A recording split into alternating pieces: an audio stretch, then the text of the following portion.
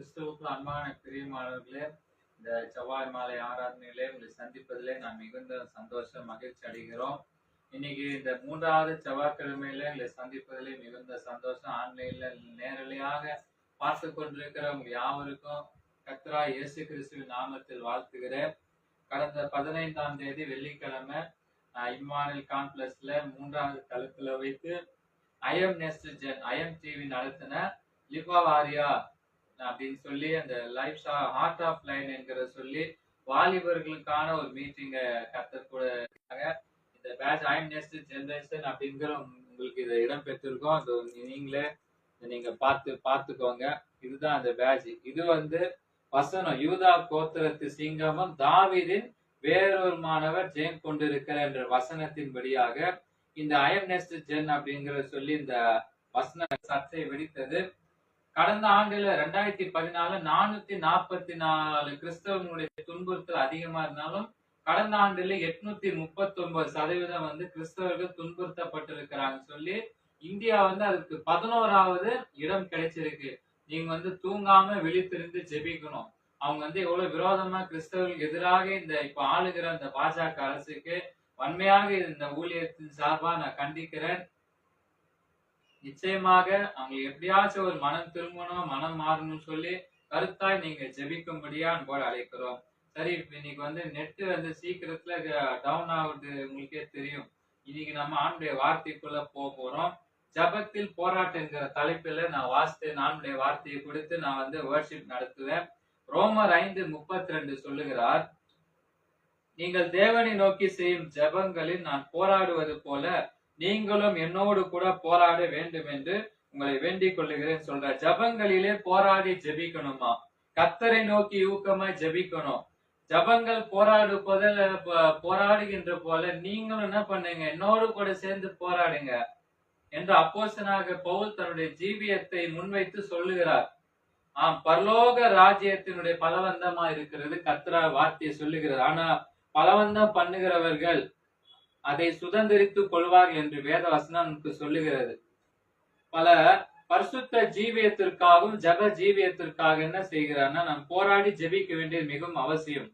கர்த்தருடைய பரிபூர்ணத்தை நாம் பெற்றுக் கொள்வதற்காகவே அசுத்த ஆவிகளோடு போராடி மேற்கொள்வதற்காகவும் ஆண்டவருடைய அந்த கிருபையும் வல்லமை பெற்றுக் கொள்வதற்காகத்தான் என்ன செய்கிறார் தெரியும், வாக்குத்தத்தங்களை சுதந்திரித்துக் கொள்வதற்காக கர்த்தருடைய பாதையிலே வெற்றியோடு முன்னேறி செல்வதற்காக நாம் போராடி ஜெபிக்க வேண்டியது மிகவும் அவசியம். ஜபங்கள்ல ஒரு கண்ணீர் ஜபமும் இருக்கு, மற்றவர்களுக்காக பரிந்து பேசுகிற ஒரு ஜபமும் இருக்கு, ஸ்தோத்திர ஜபமும் உண்டு. அதே வேளையில நேரத்துல கர்த்தருடைய ஆசீர்வாதங்களை பெற்றுக் கொள்வதற்கென்றும் நாம் போராடி ஜெபிக்க வேண்டியது மிகவும் அவசியம். இதற்கு ஒரு நல்ல உதாரணம் நான் சொல்றேன். யாக்கோபத்தான் சொல்ல முடியும். யாக்கோபு ஆண்டவருக்கு நேரா போராடினான், தன்னுடைய பலத்தவனோடு போராடினார், கர்த்தரோடு முகமுகமாய் அவன் போராடினான். இந்த போராட்ட ஜபத்தின் விளைவாக யாக்கோபு என்ன செய்யறாருன்னா, இஸ்ரவேல் என்ற பெயரை சுதந்திரித்துக் கொண்டாராம். இஸ்ரவேல் என்ற உங்களுக்கே தெரியும், தேவனும் மனிதரோடும் போராடி மேற்கொள்வது என்பதுதான் இந்த இஸ்ரவேல் பெயர் என்கிற ஒரு அர்த்தம். யாக்கோபை குறித்து ஓசியா தீர்க்கதரிசி எழுதும் போது, அவன் தாயின் கர்ப்பத்திலே தன் சகோதரனுடைய குதிகாலை பிடித்தானான், தன் பலத்தினால் தேவனோடு போராடினான், அவன் தூதனாரான கூட போராடி மேற்கொண்டான், அழுது அவரை நோக்கி கெஞ்சினான், பெத்தேலிலே அவர் அவனை கண்டு சந்தித்த அவ்விடத்திலும் நம்மோடு பேசினார் என்று பார்க்கிறோம். ஓசியா 12:3-4 சொல்ற. ஆனா வேதத்துல எசேக்கியா ராஜா ஜபத்தை குறித்து தியானித்து பாருங்க. அவர் மிகவும் நோய்வாய்ப்பட்டார், வியாதி உள்ளவனா கிடந்தான். ஏசாயா அவனிடத்தில் உன் நாட்கள் முடிந்தது, மரணத்திற்கு நீ ஆயத்தப்படு என்று சொல்லிட்டு போயிட்டாரு. எசேக்கியா ரொம்ப மனம் கசந்து அழுதாரு. கண்ணீரோடு கவர் பக்கமாய் திரும்பி, கர்த்தாவே, நான் உமக்கு முன்பாக உண்மையும் மன உண்மையுமா உத்தவமா நான் நடந்து உம்முடைய பார்வைக்கு என்ன செய்யறேன், நலமானதை செய்தேன், என்னை நினைத்து கொள்ளு என்று சொல்லி ஆண்டவரிடத்தில் நோக்கி எசேக்கியா ஏசாயா மன்றாடி ஜெபிக்கிறான். எசேக்கியா ரொம்ப அழுதான். ஏசாயா கிடையாது, எசேக்கியா ரொம்ப அழுதான். அந்த கண்ணீரின் எசேக்கியாவுடைய ஜபத்தை கேட்டார். அரண்மனையை விட்டு வெளியே வந்த ஏசாயாவை உடனே கர்த்தர் கூப்பிட்டாராம். நீ திரும்பி எசேக்கியாவினிடத்தில் நீ போ, அவனுடைய கண்ணீரை கண்டேன், அவனுடைய ஆயுசில் 15 ஆண்டுகள் கூட்டப்பட்டு இருக்கிறது என்று சொல். ஆயுசில் 15 பாருங்க, அந்த ஜபத்துல எவ்வளவு துரிதமாக ஆண்டவரிடத்திலிருந்து பதில் வந்துச்சு தெரியுமா? 5 நிமிஷத்துல தேவனுடைய தீர்மானமே மாறி போனது. ஆமேன். எல்லாரும் ஆமேன் சொல்லலாமே. அந்த அழுகையின் ஜபம் தான் எசேக்கியா ராஜாவின் ஆயுசை கூட்டி கொண்டு அல்லேலூயா, ஆமேன். ஜப நேரத்துல நம்முடைய தேசத்துல ஒரு மாபெரும் எழுப்பது நாம் தானியேலை போல ஜெபிக்கணும். தானியேல் ஊக்கமா ஜெபித்தாராம், பாவரிக்கை செய்து ஜெபித்தாராம், துக்கித்து அழுது தானியேல் ஜெபித்தார். 3 வார காலமா என்று சொல்லி ருசிகரமான ஆகாரம் புசித்து விழுந்து கிடந்து ஜெபித்தார். அப்படிப்பட்ட ஊக்கமான ஜபத்திற்கு கர்த்தர் பதில் அளிக்காம இருக்கவே முடியாது. அருமை ஆண்டவர் இயேசு கிறிஸ்து நமது கண்ணீரின் ஜபத்தை காண்கிறார். ஆமென். கண்ணீரின் ஜபத்துக்கு உடனே பதில் கொடுக்கிறவரா இருக்கிறார். ஆனா வேதத்தில் உள்ள ஜபங்கள்ல தானியேலின் ஜபம் அருமையானது. தானியேல் 9:3 வாசிக்கலாம். நான் உபவாசம் பண்ணி ரெட்டிலும் சாம்பலிலும் உட்கார்ந்து தேவனை ஆண்டவரே ஜபத்தின் ஜபங்களா மாறிச்சு. அந்த வறண்ட ஜபங்கள் தான் பரலோகத்துக்கு என்ன செய்யல, போவதும் இல்ல, பதிலை கொண்டு வருவதும் இல்ல. ஆனா தேவ பிள்ளைகளே, நம்முடைய இந்தியாவினுடைய நம் தேசத்துடைய ரட்சிப்பிற்காக நீங்க ஜெபித்து பாருங்க, ஜெபிங்க. எழுப்பது வரும் என்று தேவனுடைய சமூகத்துல நீ விழுந்து கடந்து பாருங்க. ஜபம் சொல்லுகிறாராம். கர்த்தர் நம்முடைய பிதாவா இருக்கிறபடினா என்ன செய்யறார் தெரியுமா? அவரோடு சொந்த பிள்ளைகளா இருக்கிறபடினாலும் அவரிடத்தில் ஒரு முழு உரிமை போராடி கேட்பதற்கு நாம் உரிமையுள்ளவர்களா இருக்குது. அப்படிப்பட்ட ஜபங்களுக்கு பதிலே இல்ல. ஆனா நம்ம ஊக்கமா ஜெபிக்கணும். வல்லமையோடு என்ன செய்யறார் தெரியுமா? வல்லமையோடு ஜெபிக்கணும், ஊக்கமா ஜெபிக்கணும். கர்த்தர் நம்முடைய ஜபத்தை கேட்கிறாராம். விசுவாசத்தோடு பதில் எதிர்பார்த்து ஜெபிங்க. மேலே உள்ள வசனத்தின்படியாக அப்போஸ்தலனாகிய பவுல் ஜபத்திலே உறுதியாய் தரித்திருங்கள் என்று நமக்கு ஆலோசனை சொல்லுகிறார். நம்முடைய ஜபத்திற்கு என்ன செய்யணும் தெரியுமா? உறுதியா இருக்கணும், உறுதியாய் தரித்து இருக்கணுமா. பாருங்க, அதே நேரம் உறுதியான ஜபத்தையும் நொறுகுண்ட இருதயத்திலிருந்து வெளிவருகிற ஜபத்தையும் கர்த்தர் ஒரு நாளும் புறக்கணிக்க போவதும் இல்லை சொல்லுகிறார். ஆதி முற்பிதாவாகி யாக்கோபினுடைய ஜபத்தை என்ன செய்யறார் தெரியுமா? சிந்தித்து பாருங்க. முழுகிற ஜபத்தையும் கர்த்தரை பற்றி பிடித்து கொண்டு நீரனை ஆசீர்வாதி. அவர் உறுதியானுடைய ஜபத்தின் விளைவாகத்தான் என்ன செய்யறார்? கர்த்தர் ஆகிய இயேசு கிறிஸ்து யாக்கோபை ஆசீர்வதிக்கிறாராம்.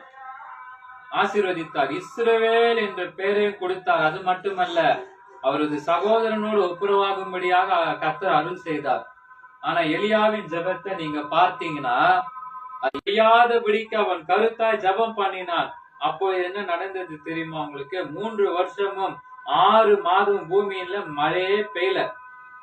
மறுபடியும் ஜபம் பண்ணா, வானம் மழையை பொழிந்தது, பூமி தன் பலனை தந்தது என்று யாக்கோபு 5:17-18 வாசிக்கிறோம். ஆதி திருச்சபை வளர்ந்ததற்கு ஊக்கமான ஜபம் தான் ஒரு முக்கிய காரணம். அங்கே அவர்கள் எல்லாரும் ஒருமனப்பட்டு ஜபத்தினாலும் வேண்டுதனாலும் தரித்திருந்தார்கள் என்று அப்போஸ்தலர் 1:14 வாசிக்கிறோம். கடந்த வெள்ளிக்கிழமை ஒரு மீட்டிங்ல யூத் வாலிபர் கூட்டத்துல ஒரு குறும் நாடகம் என்று சொல்லி அரங்கேற்றிருந்தாங்க. அது யாருன்னா, இந்த தவறான நண்பர்களோடு அந்த ஒரு வாலிபன் வாழ்க்கையை கெடுத்து தன்னுடைய எதிர்காலத்தை குறித்த கேள்விப்படாம இன்னும் என்ன செய்யணும் தெரியாம தன் நண்பர்களோடு சேர்ந்து தன்னுடைய வாழ்க்கையெல்லாம் அவன் கழித்து கொண்டே இருந்தது.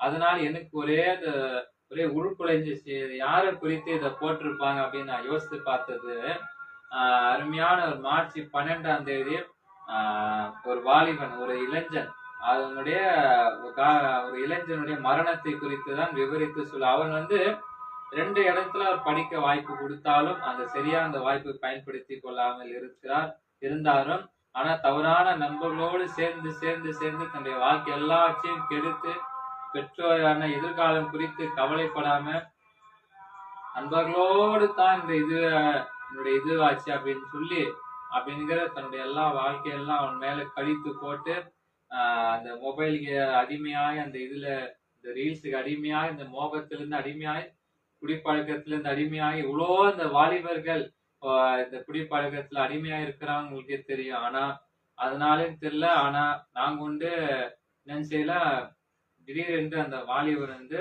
ஆஹ் போயிட்டான். அதனால சென்னையில நான் முக்கியமா நியூஸ்ல பார்த்தேன். ஜமீன் பல்லாவரத்துல 2 படிக்கிற ஸ்கூல் பசங்க. இன்னொருத்தன் 15 வயசு இன்னொரு தம்பி, இன்னொருத்தன் 17 வயசுல இன்னொரு அந்த தம்பி வந்து ஒரு கேடிஎம் பை ஓட்டி கொண்டு வரும்போது எதிராவிதமாக 3 பேர் வந்து ஹோண்டா ஆக்டிவா வண்டி இருக்கு. பாத்தீங்கன்னா திடீர்னு ஒரு ஆக்சிடென்ட் ஆயிடுச்சு. அந்த ரீல்ஸ் மோகம் அப்படிங்கிறவர் சொல்லி அதுல போய் ஒருத்தன் தான் மரித்து போயிட்டான். 15 ஸ்கூல் படிக்கிற அந்த பையன். அவர் வந்து 11th தான் படிச்சிருப்பாரு. ஆனா அந்த அந்த பையனை இப்போ இழந்து நிற்கிறாங்க இப்போதைக்கு. எது 15 வயசுல இந்த மாதிரி ஓட்டுநரா அப்படிங்கிற ஒரு கேள்வி. ஆனா கண்டிப்பா இதுக்கு ஒரு விழிப்புணர்வு நிச்சயமா தேவை. 3 பேர்ல 2 பேர் என்ன ஆறுதல் சொல்றது உங்களுக்கு தெரியல. ஆனா நிச்சயமா கர்த்தர் தான் ஆறுதல் கொடுத்தார் என்று விசுவாசிக்கிற ஒரு இஸ்லாமிய ஒரு தம்பி. அது மரித்து போனதே ஒரு இஸ்லாமியர் ஒரு தம்பி தான் என்பது எனக்கு தெரிந்து வந்தது நான் விசுவாசிக்கிறேன். நம்ம இந்த சென்னையில மட்டும்தான் 1800க்கு மேல ஆக்சிடென்ட் நடந்திருக்கு.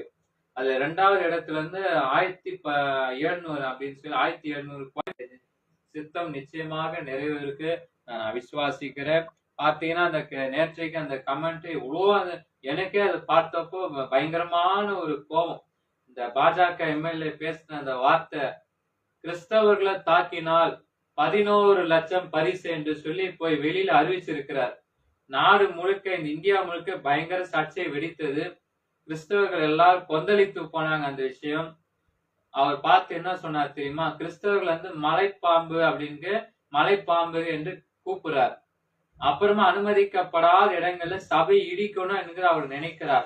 இன்னொன்னு ஆண்டவராய் இயேசு கிறிஸ்து கேலி செய்கிற மாதிரி இவர் வந்து பேசுறதுனால கிறிஸ்தவர்கள் இதுக்கு ரொம்ப கொந்தளித்து இருந்தாங்க. நிச்சயமா நீங்களும் கண்டிப்பா இதற்கு ஒரு கண்டன குரல் எழுப்பணும். நிச்சயமா கண்டன குரல் எழுப்பினாதான் தூங்குனது போதும். நீங்க விழித்திருந்து நீங்க ஜெபித்து பாருங்க. நிச்சயமா கர்த்தர் தாமே உங்களை ஆசீர்வதித்து காத்து நடத்துவார் என்று